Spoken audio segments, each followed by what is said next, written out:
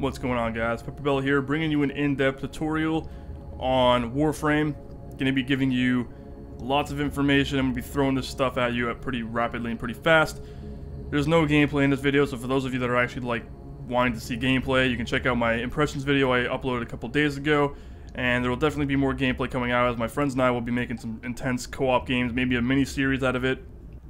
And I'll be uploading those in the future with Warframe. But basically I'm going to be talking about all the stuff in this game because it's kind of complicated, and I'm talking about the leveling system in particular. Most people don't really know how to level up your actual character, not so much as your Warframe. For those of you that don't know, you can actually rank up individual items in your arsenal, and I'll explain it in a bit. But basically, I'm going to go over the basics right now. As you can see, this is the solar system. It is cool. It is currently where we as humans live. And you can see there are planets that are clearly in our solar system, like Mercury, Venus, Saturn, all that deliciousness of space. So the very first planet you actually have unlocked right away is this, Mercury. You can click on it, you zoom in. Now basically, this is the very first mission you have, and once you complete that one, you have access to this one. And once you complete that one, access to this one, so on and so forth, until you get to the area where you actually unlock another planet, like Venus, for example. Click on that, it'll bring you to the next planet. You can go back to Mercury, or you can continue to do these missions all up until you have access to, say, Pluto. Keep doing that, and eventually it just keeps going on and on and on until you have access to pretty much every single planet. And you're not actually fighting on the planets, by the way. As you can see, we're actually outside on stations that are floating around the actual planet, which is right here. So that's how that works. Basically, every mission offers something different. You have raids, you have sabotage, spy missions, you have defense missions, exterminating missions, you got VIP assassination missions, you got a VIP hostage rescue mission, stuff like that. It goes on forever.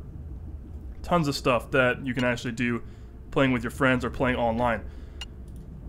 Other thing to note, this is a very important button. You click here, you can go online. By doing that, I go to Mercury, I click on an objective or any mission, and it'll actually put me in a matchmaking system for that particular mission. It'll find me a party if I'm by myself. If I happen to click on my contacts and invite friends of mine, then we can actually make a little miniature party, which will pop up right here. As you can see, I don't know why this, I don't know what the hell that is, but anyway, it basically, all these will just show up. And you can actually see the active squads in Mercury right now. There's 4 people here, 1 there, 2. You can see it tells you exactly how many people are playing on each mission, which is kind of nice. You go to private, which is basically if you want to play with only your friends, which is very nice as well. No one else will intervene, no one else will join. And basically the way it works is that when you're in a party and you complete a mission, you're sitting here in this lobby waiting for something to go on. You click a mission like this, the countdown would start. Or actually it wouldn't start right away, it'd be like a 1-minute countdown because one person voted. Then whoever votes the most on a specific system, that's where it's going to start. Once everyone votes on the same system, the countdown goes to 5, 4, 3, 2, 1, like this, where it'll start right away. Then of course you can go solo, and solo is pretty much what you would expect it to be. You just click on a mission, it automatically starts by itself, and you do everything on your own. So that is the solar system, that is how you pick missions, that is the basic of basic can be. Now I want to get into basically alerts and news. So news is, nothing's ever popped up in news, but basically alerts are random missions that'll pop up on any one of the planets. You'll see a little alert pop up, be like, oh, you got 20 minutes to select this mission and do it. And basically you click on it and it'll be like a little tiny notification icon in one of the systems. You'd go to it, say it would be popping up over here. I click on it right in this area and I do the mission. It's a little it's basically a bonus mission, a secret mission that pops up. You get opportunities to perform missions to get better loot, better items, things like that, and that's pretty much what they actually do. So this is your experience bar. This is actually the current bar that of, you know, when you're going to level up. Pretty self-explanatory. You can see right here I'm a level 1. Now if you remember, if you watched my impressions video, you're going to remember that I pretty much said it takes forever to level up, and I pretty much figured out why and how it's a little bit ridiculous of how you actually level up, but I'll get into that once I go into the arsenal screen. This right here is obviously, if you're familiar with, you know, free-to-play games, this is your credits. This is how much you earn in-game, completing missions, picking up loot, stuff like that.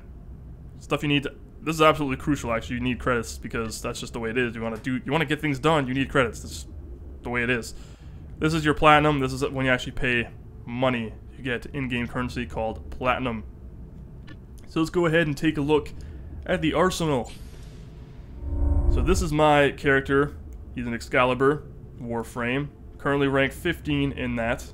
And of course I recently was able to purchase for 45,000 credits, which is why I'm kind of broke right now, these dual scanners, and I upgraded them immensely. That's why they look all shiny and electrical and cool. And I'll explain that in a bit, basically how you go and do such things of upgrading and looking cool. But anyway, getting into it first, this is where you actually pick your Warframe. This is where it shows your abilities. You can actually read up on them, like Radial Javelin, which like impales people to walls and deals high damage. Sounds amazing. You got Super Jump, Radial Blind, which is like a flashbang. Basically, you set that off. Everyone in the area around you is blind. Slash Dash, which is the most useful out of all of them, I would say, which basically you just freaking fly forward at a ridiculously fast rate, cutting down everybody in your way. Very fun, very useful. So when you start off the game, you'll do a quick tutorial. The tutorial is actually really good. It teaches you pretty much everything you need to know. And then it'll give you a choice. You can pick between Excalibur, you can pick Volt, or you can pick Loki. Now, a buddy of mine picked Volt. Volt's actually pretty badass. He has abilities. Excalibur is pretty much what it says. It's the ideal Warframe for new players. It'll just give you the basics of what you need to know to understand. Then there are more complicated ones like Loki, which is more for advanced players, which has more abilities, and you got Trinity, which is basically a support player, which will become very useful later on in the game whenever you're actually going up against ridiculous enemies. You can actually get him to heal you and give you some pretty nice abilities. Rhino is pretty much the heaviest Warframe, combining offensive and defensive capabilities, be able to perform ridiculous things that other Warframes can't. Has a lot of health, a lot of shields. Seeing a guy with this Warframe actually is pretty intense. He's huge and he's really, really badass and kills a whole bunch of guys nicely. Ash is actually a stealth character. This is the one I'm working towards. Actually, that's the proper way of saying that. And basically he can actually cloak and do some pretty nice things as well. So I actually spent money on this game already. Not a lot. $5. $5, that gave me this option. The ability to choose all of these colors. Because when you first start off, you only have this middle row right here unlocked, which is quite boring, but you could spend 20 or 75 platinum to get all of them, and that's roughly around $5. Kind of ridiculous. Seriously, $5 for colors, like, it's pure cosmetic, and the colors don't even look that nice either. They're kind of just like, nah, pukey, whatever. It was really hard for me to actually find something I was happy to have, because they're just not cool. They're not nice looking. Pretty lame. But yeah, that's what that is. Of course, you can go to the market, select your skin as well, or you can randomize by clicking that. Randomizes your colors, or you can revert it or reset it to the default color that you automatically start off with. The gear slot, which you see right here. Click on that. There we go. Okay. So basically, you can actually equip items like this. You can get like large health restores, but basically instead of having to find drops in the game to restore your health or restore your shields or restore your energy and all that stuff, you can actually buy these items which help you acquire ammo significantly quicker. They cost credits. They don't actually cost actual money, which is kind of nice, so you don't have to spend, except for this. For some reason this costs 12. Omnibox fully restores all ammo all ammo types. Man, I can't speak English today. And basically that's kind of useful, but it costs actual money. It's platinum, 12 platinum. Don't know why you would want to ever pay that price. You don't really run out of ammo that quickly unless you're playing against like stupidly high levels, which you shouldn't be doing anyway, because you're going to get your ass kicked and you're going to waste all your revives and all that great stuff. The Cypher actually lets you use this for auto-hacking lockdown control panels. I just read the description. How difficult was that? But basically, when you're hacking a lockdown, or whenever the area is locked down, you need to open doors. You got to go and hack something. Instead of actually hacking it, you can have this Cypher, which basically you push a button and bam, it auto-hacks for you. Comes in useful. Team heal is pretty much what you'd expect it to do. It fully heals all the teammates around you. Shield restore, you know, pretty much things you would automatically expect. These are pretty much more important later in the game. At the stage we're in right now, it's not necessary. Because, I mean, if you go down and the buddy revives you, you're automatically revived at full health anyway. And you can find loot to restore your health. And it's just, there's really no point in actually spending credits on this stuff yet. Later in the game, it'll become more useful whenever you're actually going up against guys that are pretty intense and require lots and lots of ammo and lots of team coordination to actually kill. Next thing, let's look at the rifle, or the actual primary weapon slot. Buddy of mine has this, the Burstin, which is basically a burst fire rifle. This is a semi-automatic rifle, a shotgun, a sniper rifle, a regular assault rifle, a light machine gun, no idea, a shotgun, and another basic starting weapon, which is an automatic starting rifle for the 10-0, an assault rifle. Same as this. This one does a little bit more damage. You can see the comparison here. When you click on it, it opens up a compare window, and you can actually see the comparison between the two. So one thing that people were really complaining about is the fact that you actually have limited slots. So you can't really buy all these weapons and be like, sweet, I have everything now. Like, you can only have so much in your inventory, which is a pain in the ass. I haven't experienced what that's like, because I've only owned so far the default weapon. So I don't really know what it's like to actually be like overwhelmed with equipment in my inventory that I can't sustain, because there's just not enough room for them. And a lot of people were bitching that that was the main problem that they were having, and it was getting really, really annoying. I'll get into that in a little bit. Go to the pistol. You have a variety of pistols you can select. The Lado is obviously the one you get by default. It's pretty good all-around weapon. You can get dual weapons. You know, you can dual wield them and be really badass, John Woo style. Do whatever the hell you feel like doing. And of course, you got your melee weapons. You actually start off with this one right here, the Scanna. As you can see, I own it. I also crafted this, which I'll get into in a little bit. But basically, I decided I was gonna be like, oh, cool, I want dual Scannas and be like double the ninja. It'd be really cool. That's basically what this is right here. And it has the exact same stats, just a little bit more aesthetically pleasing, newer animations, different melee attacks, stuff like that. And it actually gives you the ability to, instead of slash, because one thing I ran into a problem is if there's two guys beside each other, so say there's like two Grenier soldiers standing beside each other behind cover, you run up to both of them with this default Scanna. You hold down your heavy melee button, you cut one down, the other guy's still there. Even though the sword went right through him, both of them, because they were both in range, that one slash, you would theoretically be able to split both of them in half, only the one goes down. The dual Scanna rectifies that problem. You get dual Scannas. You can eliminate two guys that are beside each other within range of your blades. Whichever one you actually touch, whoever you touch that is near each other with dual blades, and you do your heavy melee, is going to kill both of them. It's going to slice them both in half, and it's really cool. It's very useful when you're going up against a lot of groups of enemies. You can just sit there holding and spamming the heavy slash, combine it with slash dash and all kinds of crazy shit, and you're just destroying everybody in your path. So I'm going to get into really quickly the Foundry before I start talking about the actual statistics and how you level up your items. You get the Morphix by literally grinding the shit out of every level in Mercury. So every certain planet has certain attributes and certain items you can buy. Or not buy, but they actually drop and you have to find them. Morphix is one of the items that took me and a buddy of mine forever to find, but we finally found it and we started crafting this item. It actually costs money to craft it too, not actual money, but credits. So it's like 15,000 credits to craft this one item, and it takes 12 hours to do that. Now, the blueprint drops on Captain Vor, so I'll show you where he is, for those of you that don't really know. You go to Mercury, you go to Tolstoj, don't know how to pronounce that, but you can see it's an assassination mission. You have to kill Captain Vor. He drops the blueprint for that sword. The sword actually deals a little bit more damage. It swings a little bit faster than Scanna, but generally it looks the same, does pretty much the same thing. No new animations, nothing. Ideally the same exact thing, except it just does a little bit more damage and it has a little bit faster rate. But basically that's how you craft items. You find blueprints by killing certain dudes or acquiring them by finding rare drops, stuff like that. You get the components to build them, and then you pay the price to build them, and then you wait the build time. Simple as that. You'll see a little spark over here making sound effects, and you'll see a little bar filling up over time as it starts to get completed. Once it's completed, it's automatically put in your inventory. So it's kind of nice that they manage it that way. So I'm going to talk about leveling up your actual items. This is where it gets more complicated, because this is where people are going to be like, well, I don't know why I'm stuck at halfway through level 1 and I'm not going anywhere. It doesn't make any sense. Well, I'm going to explain it to you right now, because it's kind of complicated and it's a little bit ridiculous. So you can actually get experience by leveling up each individual thing. Pretty basic? Yes. Extremely basic. Let me get in depth with it. Basically, the way you level up your actual Warframe is by collecting affinity orbs. You'll see little white orbs around the area. You can kill a guy, he might drop it. You can open a locker. Ooh, there's an affinity orb falling out, plopping on the ground.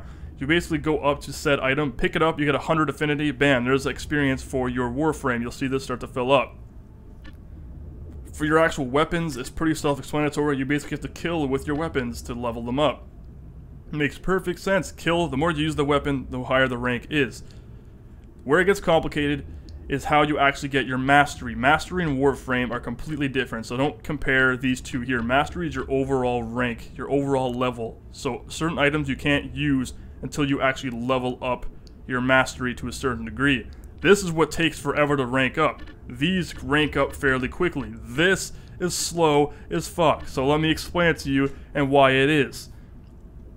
Every time you rank up an item once, you gain 100 mastery.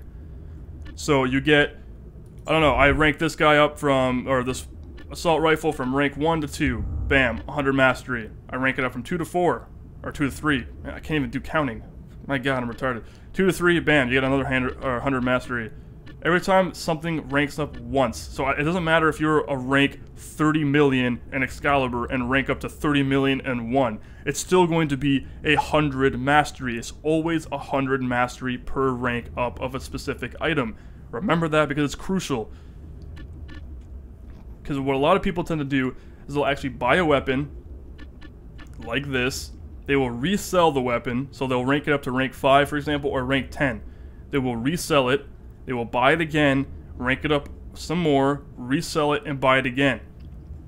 People tend to say rank up to rank 2 and then sell it because you get some decent money back and you can buy it. It costs a lot of credits to do this, but the thing is you're actually going to rank up your mastery significantly quicker in doing so because that's just the way.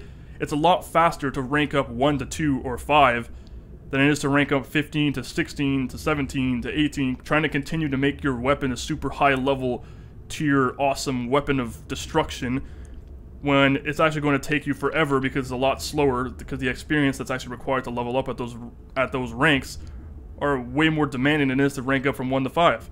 So people tend to do that. It requires a lot of farming, as you can tell. There's so much farming in this game. It's actually ridiculous. And there's a lot of shit I can actually rage about and talk about, but I'm not going to do that. I might save that for another video, but for now, I'm leaving it as the way it is. And pretty much going to be talking about that. So now ranking, or actually putting points and skill levels into your items. So whenever you rank up, you come into here, you'll see this kind of thing, this arsenal button's flashing. You click on it, it brings you up here to the arsenal, you know, where you can see your loadout and all that cool stuff and your cool looking Warframe. And then these will be glowing, every wrench you see here. So basically you click on the wrench, this will open up, and whichever one's right in the center, which by default is shield capacity, you click on that and then you would click apply. Basically you have unspent points up here. Whichever the unspent point is, you click on it and you can fill them out. So you had 10 of them, then you can click here, here, here. You know, you just pick 10 of whatever you want. These are mod slots. You can see right here, okay? Mod slots you actually have to purchase. Or not purchase. You buy mod slots by spending the points in the mod slot. And then compatible mods here, which you collect by killing dudes, doing every mission, whatever it is you need to do to win. Whenever you find, they'll randomly drop, and you pick them up, and it'll be like, congratulations, you have a mod for your Excalibur, or you have a mod for your weapon, or whatever. Whichever one's actually compatible, you can actually, for example, say I want to have plus 12% armor, I'd actually click it, drag it over here, apply it. So bam, now it's in the slot.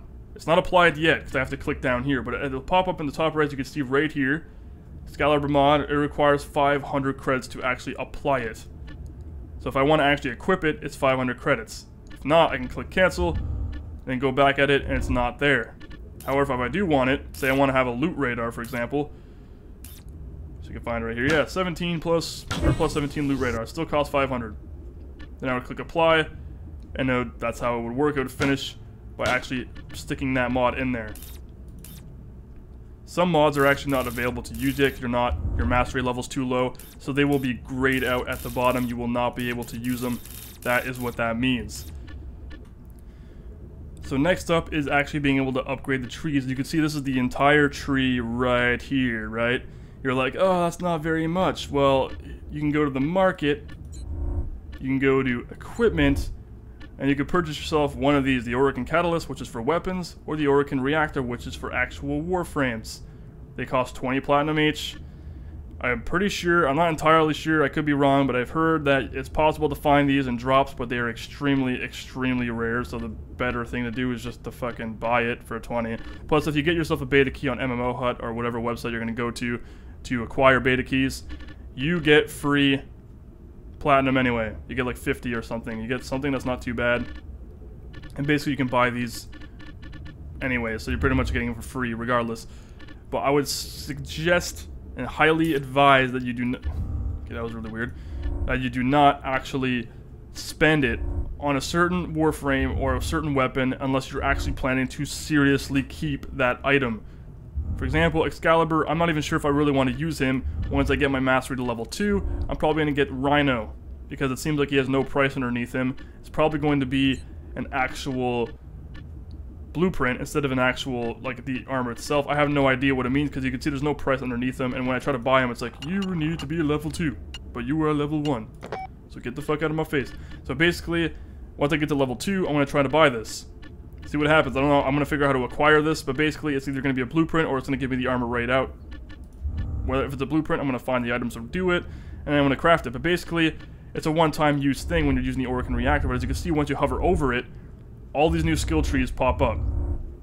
As you can clearly see, there's all these new abilities that pop up, like Radial Javelin, /dash boost, more Radial Javelin, more mod slots, all kinds of cool stuff. It's kind of cheap because you can see the abilities here, which you have, like /dash. You got Radial Blind, which is like a giant flashbang. It pretty much makes everyone in the vicinity blind. Super Jump, which I haven't really found a good use for that ever. And then you got Radial Javelin, which you can't even unlock unless you actually use the Oricon reactor. For the weapons, you can see over here, you have the Oricon Catalyst, which pretty much also does the exact same thing, but it's a completely different Oricon item. So that's basically what that does. That's how you pretty much increase your trees.